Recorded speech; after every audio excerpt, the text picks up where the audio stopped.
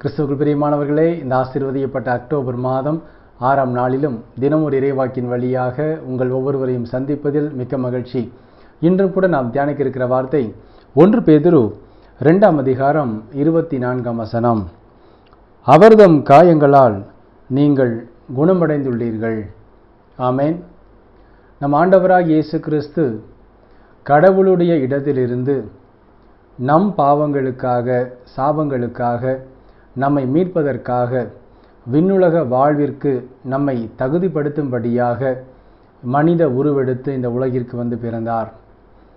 அவர் பிறந்தது நமக்காக, அவர் மரணத்தை ருசிப்பதற்காகவே.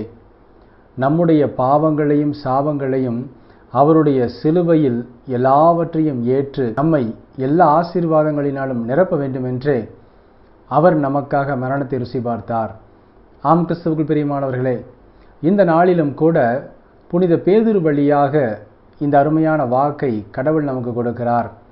புனித பேதுரு ஆணித்தனமாக இந்த வார்த்தையை நமக்கு சொல்லுகிறார்.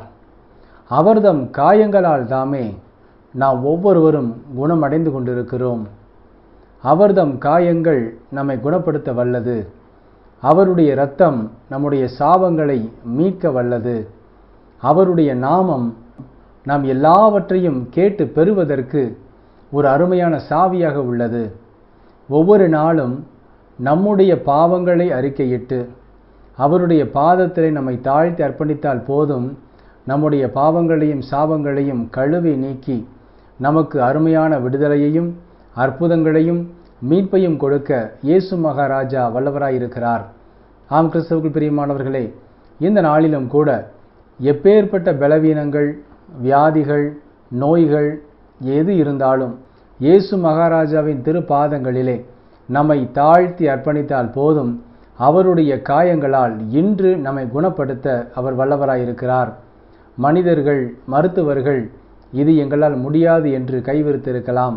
ஆனால் இயேசு மகாராஜா நமக்காக தந்தையினிடத்தில் ஒவ்வொரு நொடியும் பரிந்து பேசுகிற தேவனாய் இருக்கிறபடியால், நம்முடைய கண்ணீரை எல்லாம் அவர் சேகரித்து வைத்திருக்கிறபடியால், நம்மை ஒவ்வொரு நொடியும் கண்ணோக்குகிறபடியால், நம்முடைய கூக்குரலுக்கு செவி கொடுத்து நமக்கு அற்புதங்களை செய்கிற தேவனாய் இருக்கிறபடியால், இன்றளவும் உயிரோடு இருக்கும் தேவனாய் இருக்கிறபடியால், இன்று அவருடைய காயங்களால் நம்முடைய எல்லா நோய்களும் குணமாகும்.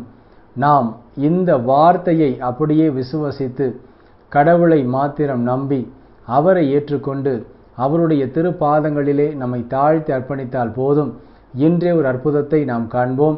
இயேசு மகாராஜா நம் ஒவ்வொருவருக்கும் அற்புத சுகத்தையும் பலத்தையும் பரிபூர்ண விடுதலையையும் கொடுக்க அவர் வல்லவராயிருக்கிறார். ஆமென். நாம் ஜெபிப்போமா? இயேசு மகாராஜாவே, எங்கள் அன்பு தகப்பனே, இந்த அருமையான நாளுக்காக உமக்கு கோடான கோடி நன்றி அப்பா.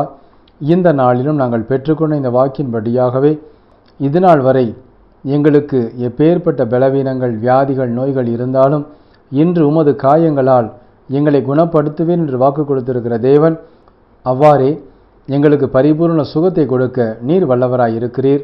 அதற்காக உமது திருப்பாதங்களிலே விழுந்து நன்றி செலுத்துகிறோம் அப்பா. இன்றும் தன்னுடைய பிறந்த நாள் மற்றும் திருமண நாளை கொண்டாடும் உமது பிள்ளைகள் ஒவ்வொருவரையும் தகப்பனுடைய திரு கரங்களிலே தாழ்த்தி அர்ப்பணிக்கிறோம். ஒவ்வொருவரையும் நன்மைகளால் திருப்தியாக வேண்டுமென்று ஒப்பு கொடுத்து ஜெபிக்கிறோம் அப்பா. இயேசு கிறிஸ்துவின் வல்லமையுள்ள நாமத்திலே ஜெபிக்கிறோம் எங்கள் ஜீவனுள்ள நல்ல பிதாவே. ஆமேன். கிறிஸ்துவுக்குள் பிரியமானவர்களே, இன்று கடவுள் ஒரு அற்புதத்தை செய்திருக்கிறார். நம்முடைய எல்லா நோய்களையும் பலவீனங்களையும் போக்கியிருக்கிறார். அவருடைய காயங்களால் நாம் சுகமடைந்து விட்டோம் என்ற விசுவாசத்தோடு நன்றி செலுத்துங்கள். இன்றே அற்புதத்தை காண்பீர்கள். ஆமேன். God bless you.